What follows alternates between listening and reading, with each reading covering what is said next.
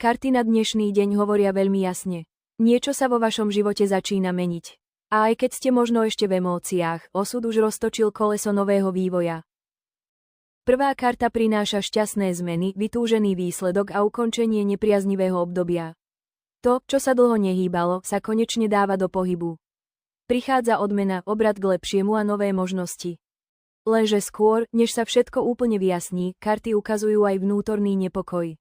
Nie všetko, čo na prvý pohľad vyzerá pokojne, je naozaj v harmónii. Druhá karta ukazuje citovú únavu, vnútornú krízu a pocit, že niečo vo vzťahoch alebo v srdci nie je naplnené. Môžete mať pocit presítenia, sklamania alebo toho, že dávate viac, než dostávate.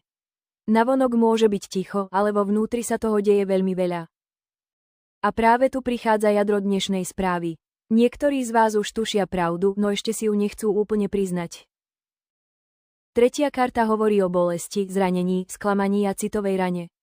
Veľmi často ukazuje aj milostný trojuholník, situáciu, kde do vzťahu vstupuje tretia osoba, alebo kde city nie sú čisté a jednoznačné. Môže ísť o neveru, skrytý vzťah, žiarlivosť, alebo strach zo straty niekoho, na kom vám veľmi záleží. Ak sa vás táto správa týka, karty vás neprišli zraniť. Prišli vám ukázať pravdu. Len keď si priznáte, čo vás bolí, môže sa začať skutočné uzdravenie.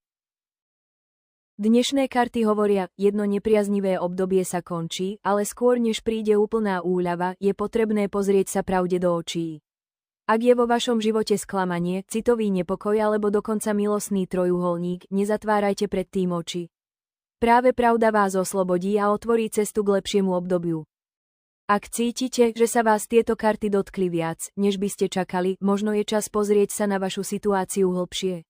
Ak si chcete objednať veštbu, napíšte mi správu a rada sa pozriem, čo vám chcú karty odkryť presnejšie.